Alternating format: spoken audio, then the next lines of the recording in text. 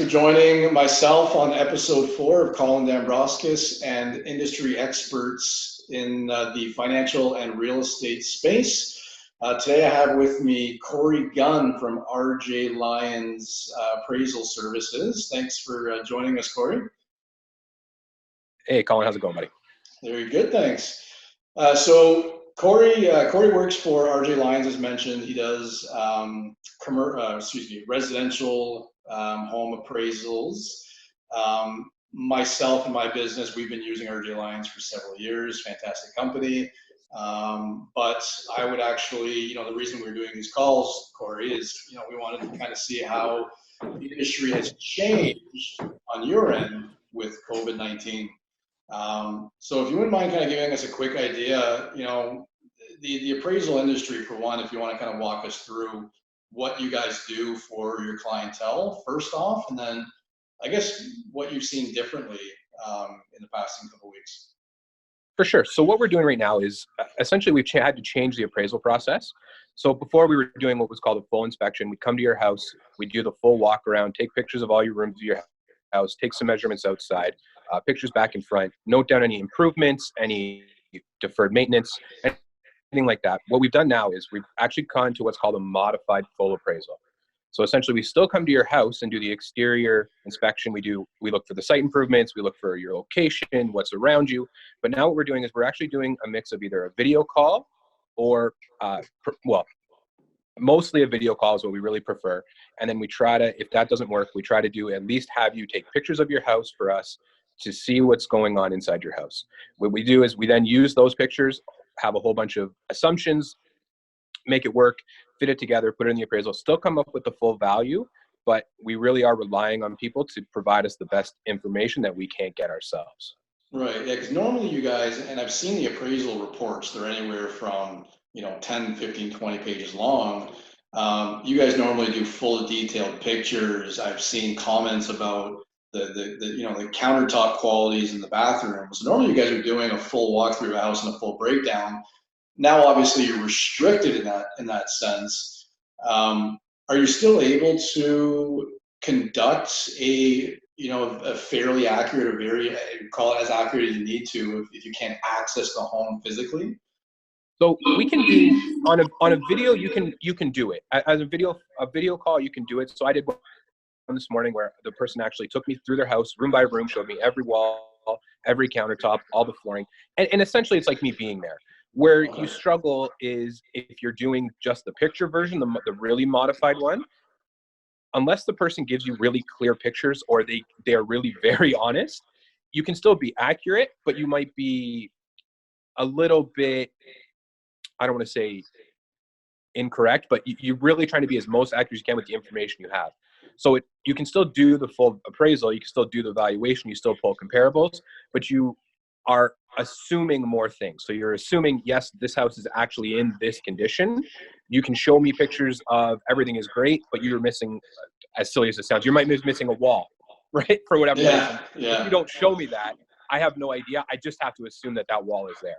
So it's not as thorough as it would be as if I did it, but it's as thorough as you can be. So what we do to basically combat that or make sure that we're covered is that we put what's called our assumptions in our appraisals. So we assume the pictures you're sending us are actually of your house. They're not of somebody else's house. They're not of a house you got somewhere else. Right.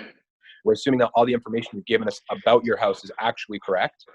And then we hope to really find either we have the appraisal of your house on file before, which we do hundreds of files a month, we might have it, or there's an MLS listing or some information somewhere that's sort of, okay, I have 3 bedrooms. Okay, well, here's something that says you actually have 3 bedrooms as well, and you maybe have converted to a 4th bedroom, but at least we know you had 3 at some point.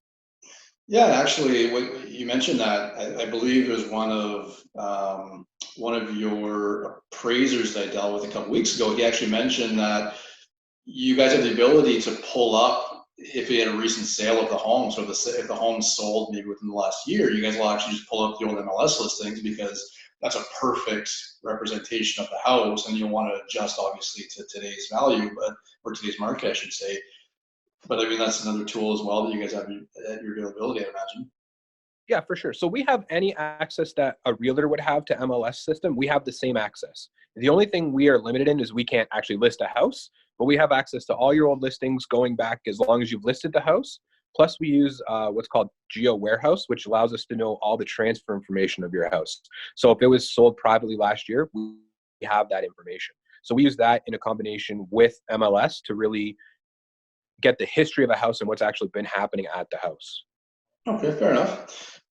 So far, so let's say, pre-COVID-19, you were what, 100% going into homes? Did you have cases where you weren't going in homes for that most part before COVID-19, or? The only time you wouldn't go into a house is if it was a drive-by or a desktop. Right.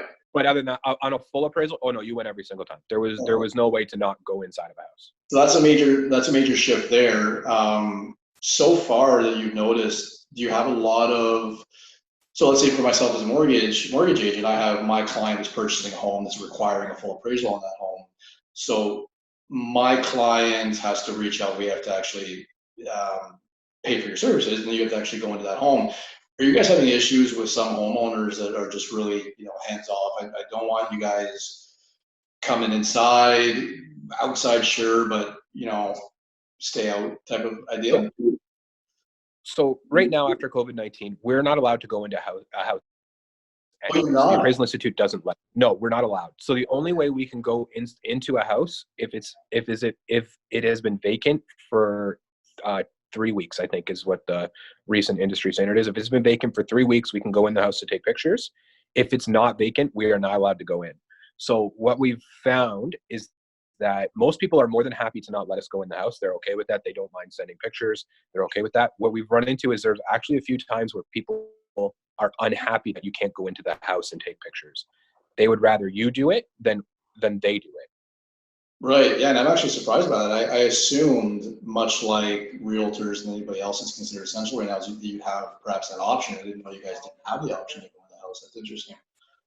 Yeah, no, we don't have that option. We've been told by the Appraisal Institute that we are not to be going into houses. We're an essential service, but it doesn't mean we can conduct business as normal. That's not what we're supposed to be doing. We're supposed to be really following the guidelines for the social distancing and things like that. Yeah, well, I've had a couple of reports that I've already completed since COVID-19, and I obviously need to go through the appraisal reports because if something comes up that I know about, well, Mm-hmm. I don't want the lender to find out necessarily either, right? So I've gone through them and they're still very detailed. So you guys are obviously still doing a hell of a job going through the pictures and obviously having conversations with clients, because I'm still seeing very detailed reports that you would assume would be in line to you guys actually physically being there, which is great. Yeah, honestly, the only thing that has changed is the interior inspection. There should be no change in a neighborhood description. There should be no change in zoning comments. All that should be the same because that would never have changed. The only thing that's really changed is if I write in when I'm doing a building description now, I'm a little bit more like, hey, this is what the applicant reported. This is what's been reported to me, that there's solid surface countertops, there's modern finishes. Whereas I might be, if I can actually see what the finishes are, I might, instead of being, hey, this is modern cabinetry, I might tell you the exact type of cabinetry it is. It's oak, or it's maple, or it's MDF, or it's shaker style. I might do that, but I can't do that now because you just can't get enough detail from the picture to really sometimes figure that out. So I'm gonna put you on the hot spot for a quick second because it's the elephant in the room, so to speak, in terms of, I know for a lot of my clients and a lot of the broker industry, it's, values, and there's some fear around values and where they're going.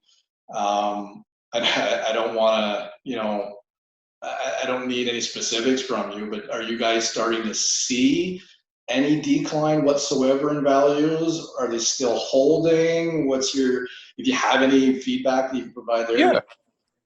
Sure. So in London, values are still holding, but what we saw was there was not a decrease, but there was a slowdown at levels. It went where everything a year ago, like you remember, the market was just crazy and everything went over asking, no matter what it was, no matter what the price was. It was crazy. Like it was just crazy. What we started to see was it turned into levels. If you were an entry level buyer, you were probably going to be in a multiple offer situation, because between investors and people trying to get into that market, you were unfortunately going to be at that level. Then we saw, okay, $600,000 was sort of was the level where your house wasn't going to probably get multiple offers, but you were going to get what you were asking for. And what we've seen lately is 800,000, like between 6 and 800, your house will sit, you'll get roughly what you're looking for within 5% or so.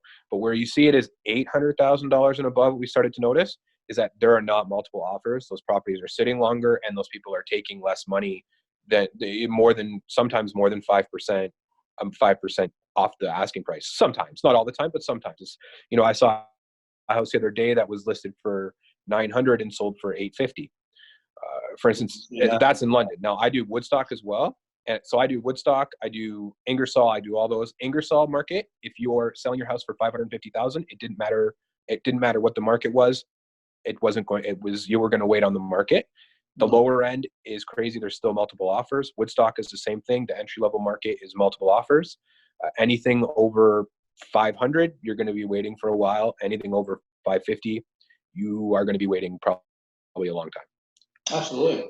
The only other question I have for you, because like I said, I don't want to take too much of your time, Corey, and I do appreciate it.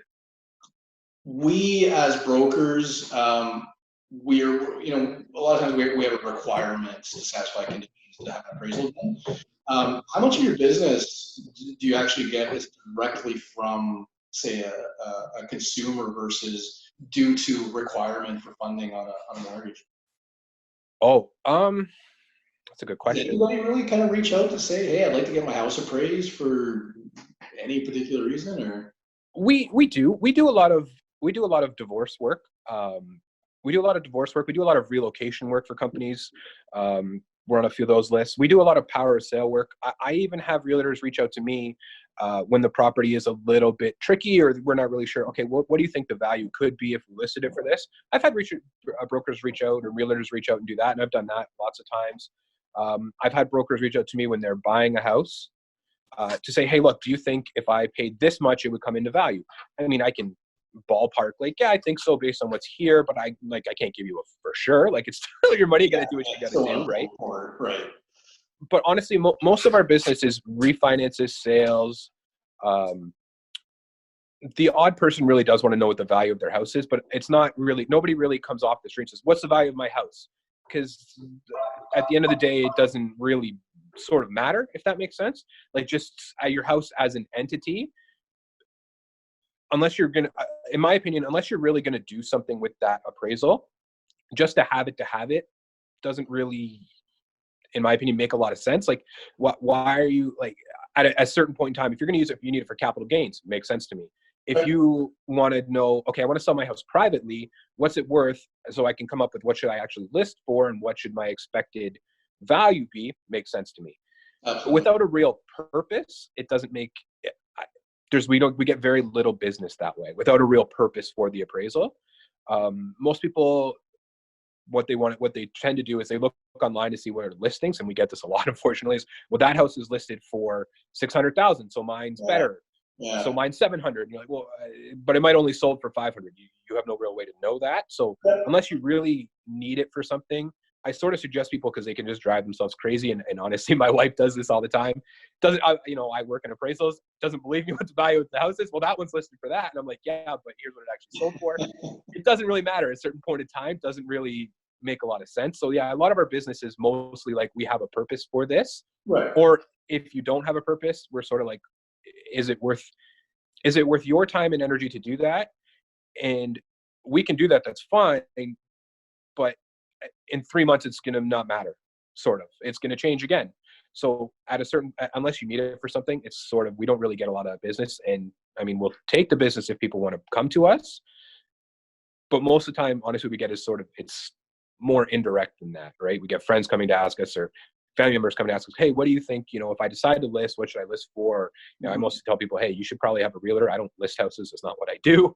Right. Like, I can tell you what your house might be worth, but it doesn't help you the way to know what the end value would be if you want to list your house. It doesn't really help. It's the old montage, right?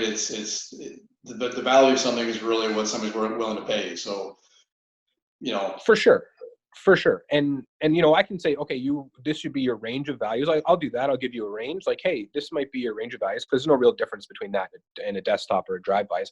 Okay, well, your range is, you know, houses your neighborhood sold from this to this. You're telling me your house is this. I done a little bit of research. You should be between somewhere in these numbers.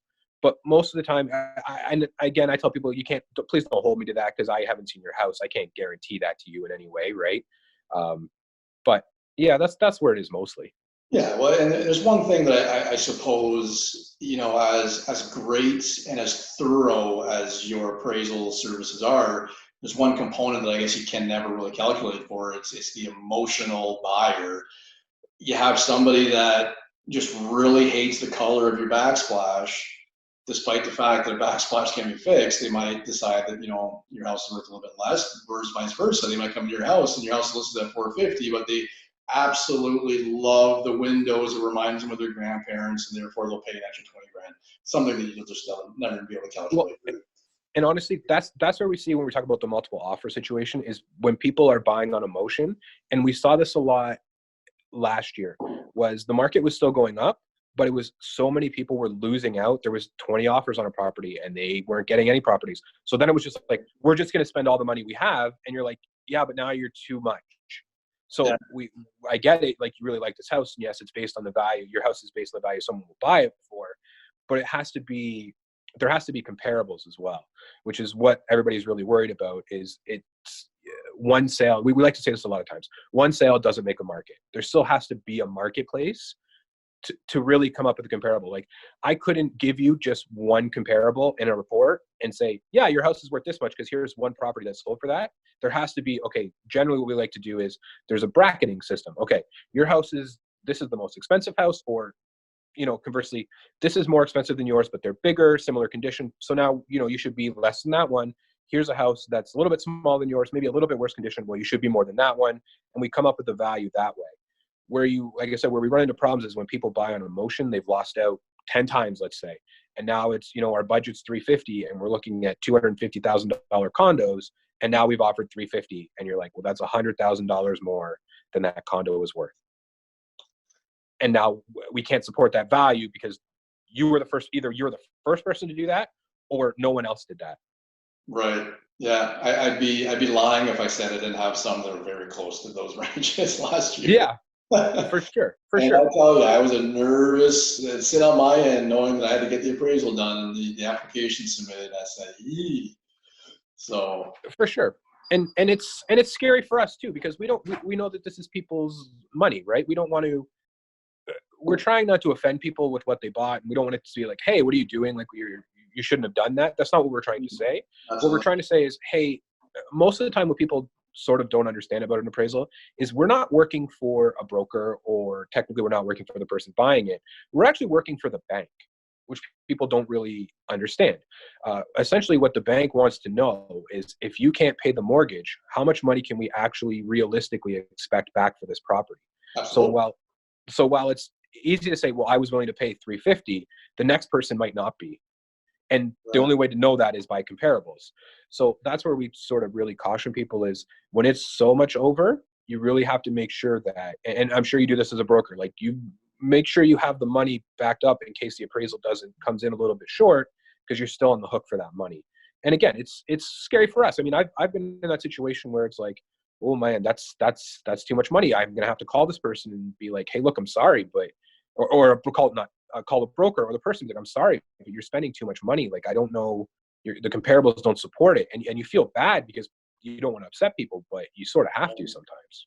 Yeah, absolutely. Yeah, they're very difficult conversations to have. And thankfully, like I said, I've only had one that was it was probably the only one that I was actually almost physically sweating for the client, because they set really the new benchmark in the neighborhood, and it was quite a bit over what I was able to. Because, like, I mean, even as a broker, I have an online system called Purview that I also have access to see values, and which is also, I kind of do my own little research before I even comment or even submit the appraisal. Mm-hmm. And when my numbers are off, and I'm thinking, oh boy. Yeah. I've had only one so far, thankfully. Yeah. So with Purview, what I really also try to tell people with Purview is, because we get them, sometimes people send us the Purview. Right. purview only gives you a value. It doesn't give you what the house actually is. So there's no way to know when you're looking at a purview. It'll say, oh, you should be this, the comparables say this. It's only an average number, it seems like. It's not about what the house actually is, what's inside your house. So we try to find a lot of times is when people say, hey, look, I have this purview, or we sent you a purview, I'll look through the purview, but most of the time I don't even really consider it because you just don't know what the houses are. And that's just it. And I'll say the same thing to clients for refinances all the time. The purview values may suggest that we have, $450,000 average value, but your particular home or the subject property, the property that we're looking at refinancing, might not have a finished basement, whereas the other ones did. That's a good chunk of change right there in valuation. So that makes a big difference as well. For sure. And a lot of times what happens is people people have a hard time, and even I do this, people have a hard time looking at the house across the street from them and really understanding how big the house is or isn't. For instance, oh, my house is 1,800 feet. I look across the street, well, that house looks smaller than my house, but it turns out to be 2,000 feet because you can't really tell depth from the street. Right. For instance, just as a silly joke, my wife and I are building a new house, and we have an 1,800 square foot house now, and we're building a 2,600 square foot house. My wife swears to me that the 2,600 square foot house is smaller than our house. And I'm like, it can't possibly be smaller. It's 2,600 feet. Like, it's impossible. Like, she's like, oh, it's not as wide. I'm like, it has to be. She was right? Yeah, I do. Sometimes, yeah. I'm like, yeah, you're right. Well, I'm like, do you want me to go measure? Like, would that make you feel better? Like, what do you want me to do, right? So, but yeah.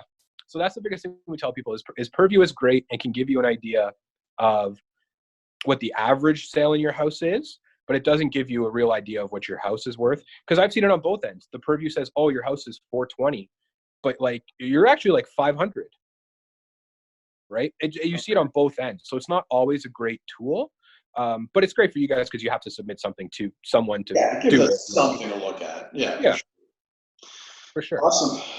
Well, Corey, I want to wrap it up and try and keep I know attention span lately is, what about 20 to 30 seconds, they say, in 2020? Oh, I know. I wish. Yeah, so thanks for taking your time. I know you guys are busy in today's market, even still. There's a lot going on, so I thank you for your time. It's much appreciated. If anybody has questions about appraisals in general, I'd be happy to answer them or divert them to Corey if need be, or RJ Lyons for that matter. Yeah, I do appreciate the time. There's a lot of actually good information there that I personally didn't know about. Now I use you guys all the freaking time, so that's good to know. Otherwise, yeah, I guess stay safe, stay sane, and keep doing what you got to do. All right. Thanks, buddy. I'll talk to you later. Very good. Cheers. Have a great day.